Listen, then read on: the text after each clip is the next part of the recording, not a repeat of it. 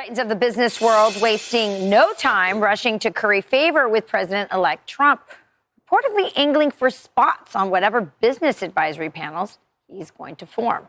And in the tech world, Meta, Amazon, and OpenAI all pledging seven-figure donations to the inaugural fund, with Jeff Bezos set to meet with Trump at Mar-a-Lago this week. Yeah, he's not the only Titan set to head down to Mar-a-Lago this week. And to react with more on that, Sunday Morning Futures anchor Maria Bartiromo. So great to see you, my friend. I've been to Mar-a-Lago. I'm sure you've been to Mar-a-Lago. A lot of tech titans making the journey down to Palm Beach this coming week. What's behind all this? And you can't be too transparent. I understand you don't want it to look as if you're saying this is purely transactional, but I do think they're trying to curry a little favor. What say you? Oh, yeah, for sure, Kevin. Great to see you all. Thank you so much. They want to be part of the conversation. And that's the bottom line. I would say two words: regulation and antitrust. Those are the two issues that have been big issues for many CEOs because the Biden-Harris administration has been stopping lots of deals. The FTC has a problem with antitrust concerns when you see big mergers. So they've been getting in the way of lots of deals and preventing many of these companies from getting larger and merging. So that's the antitrust part of it. And then there's the regulation part of it. Many of these companies have been just dominated by dealing with new rules and regulations under the Biden-Harris administration. They know President Trump is going to do the opposite of that. He's going to deregulate. In other words, take away some of these burdensome rules around the climate change agenda, like one easy one, which the Securities and Exchange Commission put in place a couple of years ago, which made it unlawful to not have a plan for emissions impact from your customers and their customers. And so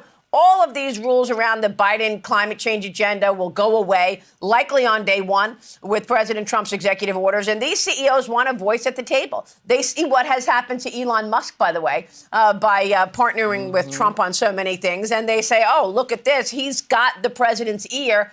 They want the president's ear as well when talking about regulation. So that's one of the issues, I think. Yeah, I think crypto is also is a big one on the table, isn't it? Yeah, for sure. And that's why people are very happy about Paul Atkins as the incoming Securities and Exchange Commission head, because he will take over for Gary Gensler. This is Trump's pick. Paul Atkins has been saying for a long time that all of the regulation around crypto has forced developers to go to Europe and Asia and do real big business. And it's leaving the U.S.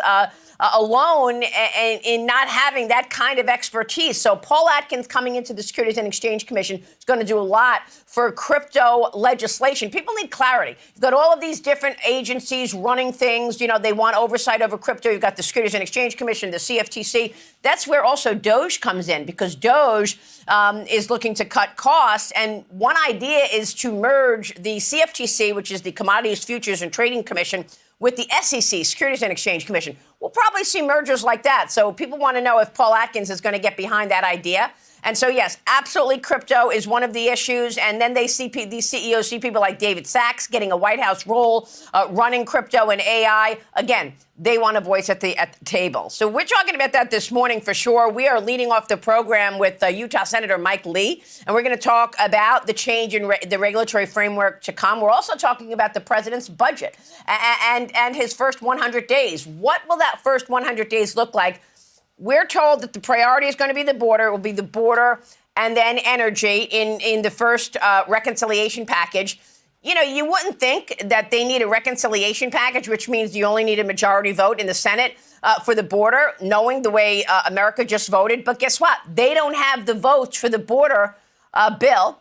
So they have to take it through the reconciliation package, meaning the extension of the tax cuts going to come much later in 2025, something that the chairman of the House Ways and Means Committee, Jason Smith, is not in favor of. So we're going to talk about that, the agenda, as well as how likely it is that President Trump gets his nominees for his cabinet through.